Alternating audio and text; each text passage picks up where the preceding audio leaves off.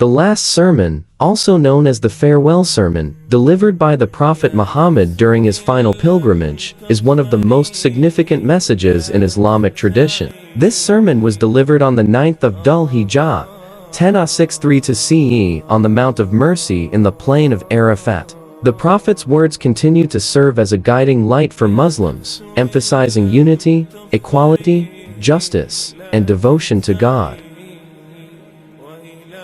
The last sermon of Prophet Muhammad, peace be upon him. This sermon was delivered on the 9th day of Dhul Hijjah, 10 AAHE 623 AD, in the Urana Valley of Mount Arafat in Mecca. It was the occasion of annual rites of Hajj. It is also known as the farewell pilgrimage.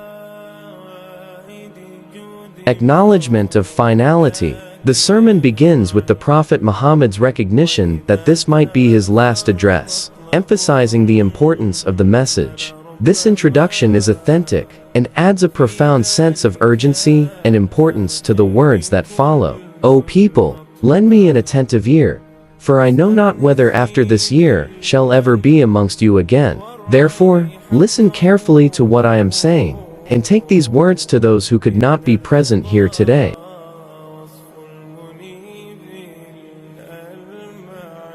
Sanctity of life and property.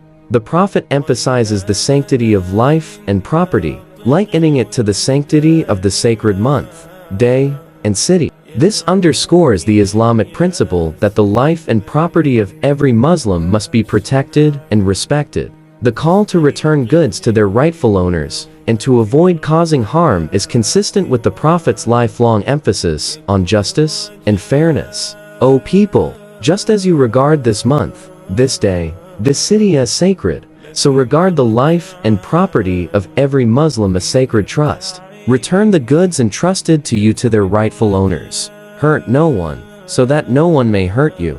Remember that you will indeed meet your Lord, and that he will indeed reckon your deeds.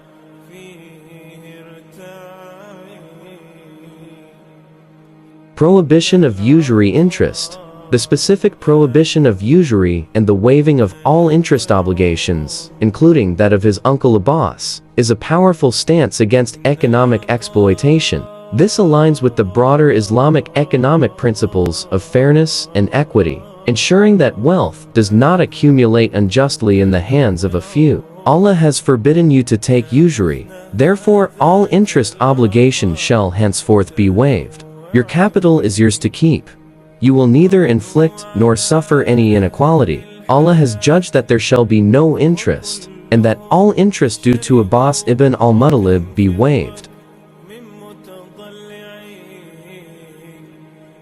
Waiving pre-Islamic vendettas. The Prophet Muhammad abolished the pre-Islamic practice of revenge killings by waiving all rights to seek vengeance for past homicides. This included a specific case involving his own family, setting an example of forgiveness and ending the cycle of violence. Every right arising out of homicide in pre-Islamic days is henceforth waived, and the first such right that I waive is that arising from the murder of Rabi'a ibn al-Harithiyah.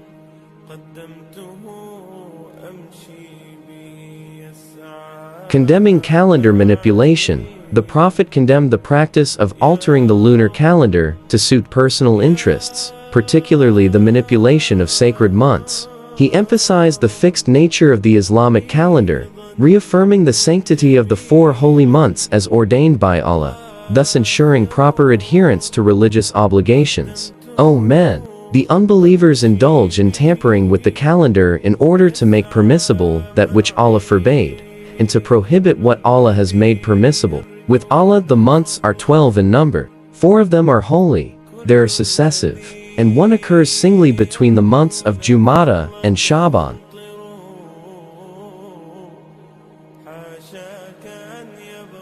Warning against Satan. The caution against following Satan, particularly in small matters, is a reminder of the subtle ways in which evil can influence behavior. The Prophet acknowledges that while Satan may not be able to lead the community astray in significant ways, the danger lies in the small, seemingly insignificant actions that can lead to greater harm. Beware of Satan, for the safety of your religion. he has lost all hope that he will be able to lead you astray in big things, so beware of following him in small things.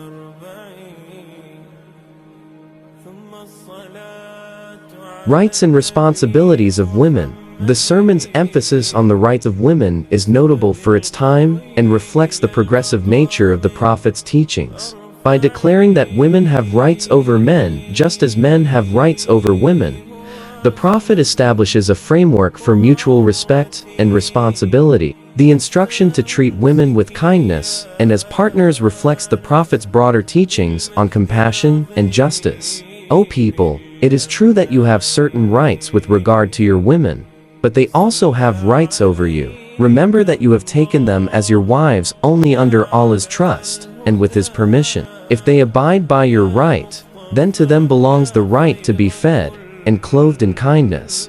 Do treat your women well and be kind to them, for they are your partners and committed helpers, and it is your right that they do not make friends with anyone of whom you do not approve, as well never to be unchaste. A call to devotion.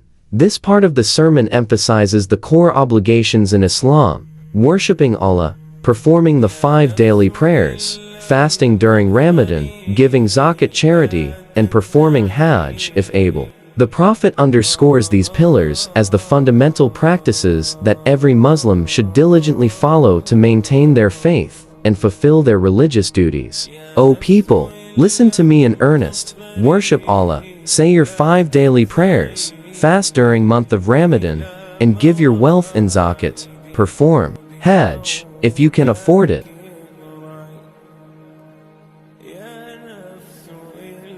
Equality of mankind.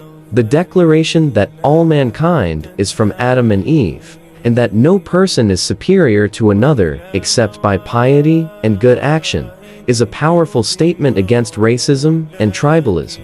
This principle of equality is a cornerstone of Islamic teaching and is as relevant today as it was then. All mankind is from Adam and Eve. An Arab has no superiority over a non-Arab, nor a non-Arab has any superiority over an Arab. Also, a white has no superiority over a black, nor a black has any superiority over a white, except by piety and good action. Learn that every Muslim is a brother to every Muslim, and that the Muslims constitute one brotherhood. Nothing shall be legitimate to a Muslim which belongs to a fellow Muslim, unless it was given freely and willingly.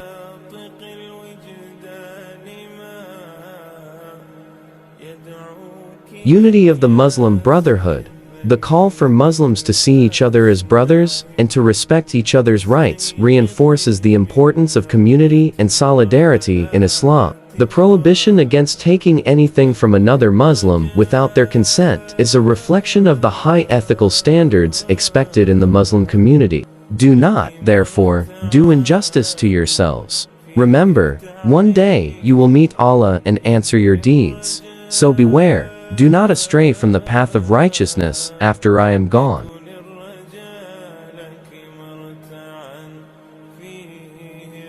Finality of prophethood and guidance. The Prophet's assertion that no prophet will come after him and that no new faith will be born is a declaration of the finality of his prophethood. By leaving behind the Quran and his Sunnah, he provides a complete guide for his followers, ensuring that they have everything they need to remain on the path of righteousness. O people, no prophet or apostle will come after me, and no new faith will be born. Reason well, therefore, O people, and understand words that I convey to you. I leave behind me 2 things, the Quran and the Sunnah, and if you follow these, you will never go astray.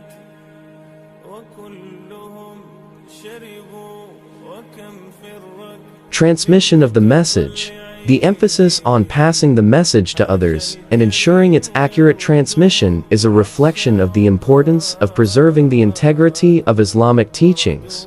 The Prophet's plea for Allah to witness that he has conveyed the message is a solemn declaration of his fulfillment of his prophetic mission. All those who listen to me shall pass on my words to others, and those to others again, and may the last ones understand my words better than those who listen to me directly. O Allah, be my witness, that I have conveyed your message to your people.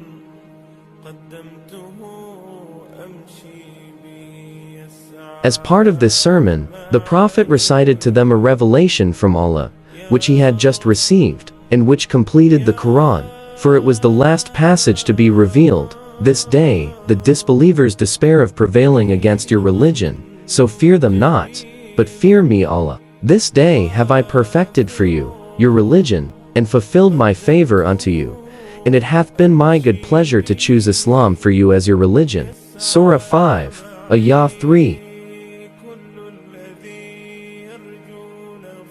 Conclusion: the farewell sermon is a comprehensive and authentic reflection of the core values of Islam. It encapsulates the Prophet Muhammad's teachings on justice, equality, the sanctity of life, the rights of women, and the finality of his prophetic mission. The message is timeless, providing guidance not only to the Muslims of his time, but also to all humanity. The sermon serves as a powerful reminder of the ethical and moral responsibilities that come with faith and the importance of living a life of righteousness and integrity.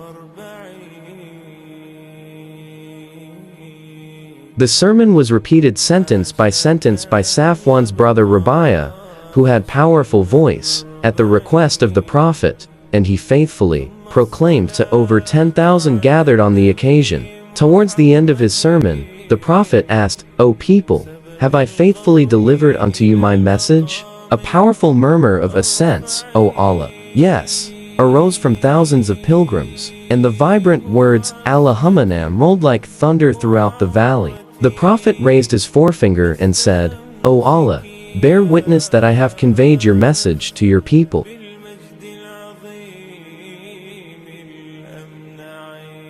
In today's world, the last sermon remains a beacon of universal human rights and ethical conduct, a reminder of the ideals that can unite people across cultures and time.